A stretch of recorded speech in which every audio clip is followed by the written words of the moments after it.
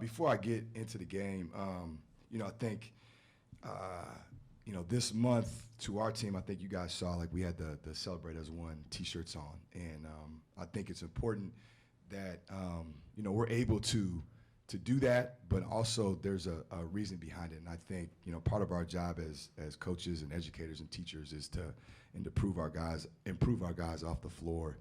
And, our guys were committed this month to understanding the room. And I think that's pretty cool. And so we wore the shirts today for Black History Month to celebrate as one, because we talked about as a team, there's good and bad of everybody.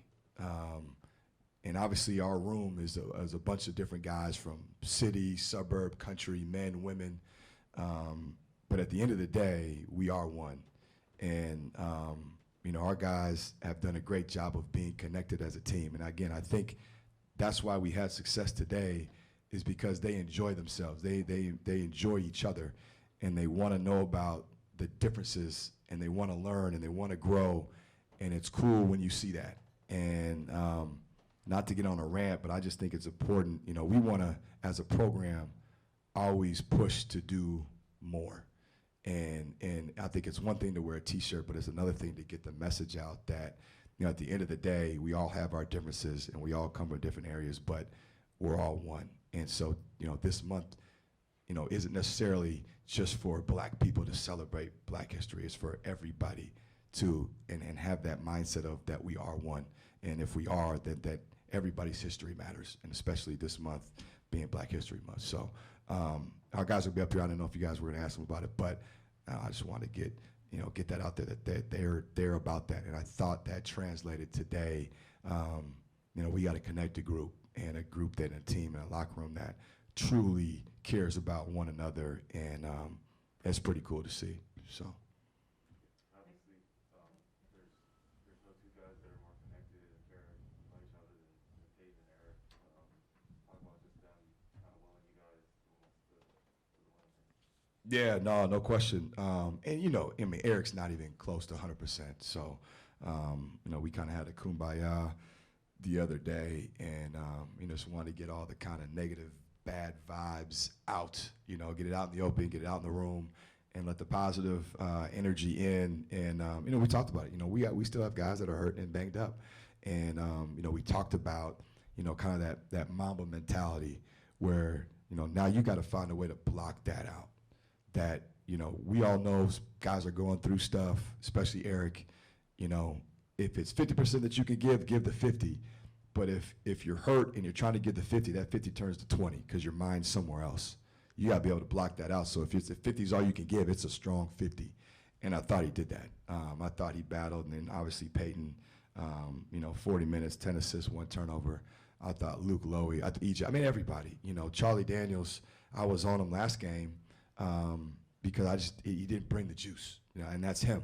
And today, even though he only played 5 minutes, he had more spirit and energy pre-game, during the game, than he's busting me up after the game. You know what I mean? But I said, that's who you are. Like, we need that. You can't be in your shell and be the silent Charlie. So even though he only played 5 minutes, his energy on the bench and encouraging Eric, he was Eric's biggest fan the entire game. That stuff matters. And I'm telling you, it's rare that you see that and find that, especially when you're going through it like we were. So I couldn't be more proud that I thought, the details that we talked about all week that mattered. Scouting report, that was great, but throw that out the window. If our mentality wasn't right and we weren't in fighting mode, we wouldn't have won this game. And I thought they carried over that message to a T, and that was fun to see. We've been watching Peyton play since before his high school senior year. 10 assists again tonight. Can you talk about his development as a playmaker over all these years? I think he's taken huge steps.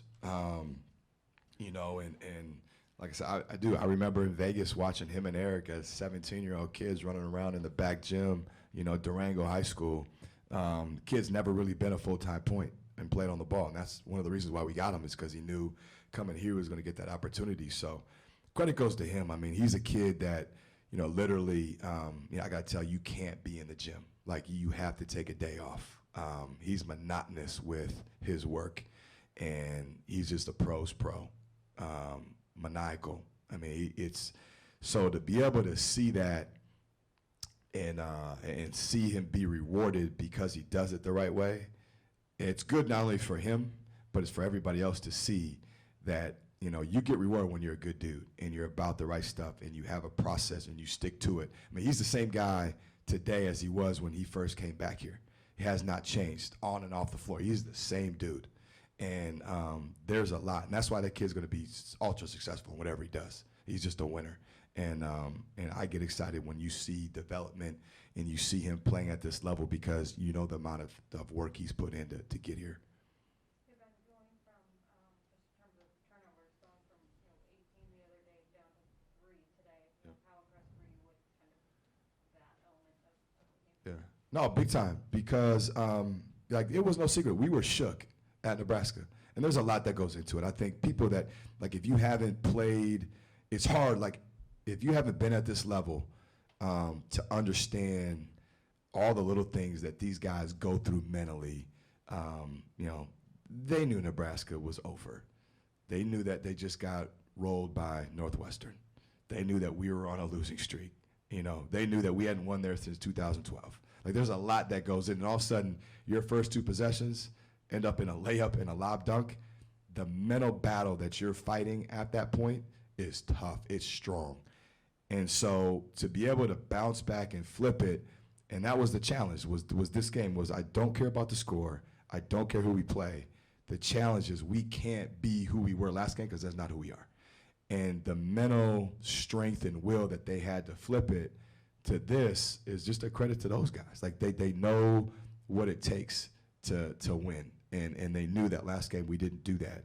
And so I think so much of this is a mental game with force, with physicality, with just, you know, where your mind is at for 40 minutes. Can't be 38, 39, it's got to be 40.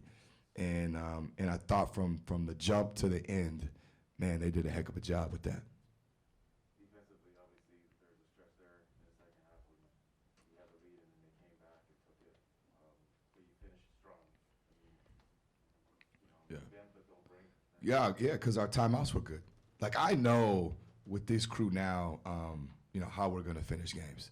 Because when it's a quiet huddle and quiet timeouts, then I'm the one that's always got to be talking and getting guys engaged. Then I get a little worried. But today, you know, you could just look out there and they knew, because we've been talking about it for 2 days, what they had to do, and they knew what I was gonna say or how I was gonna act. So they did it on their own.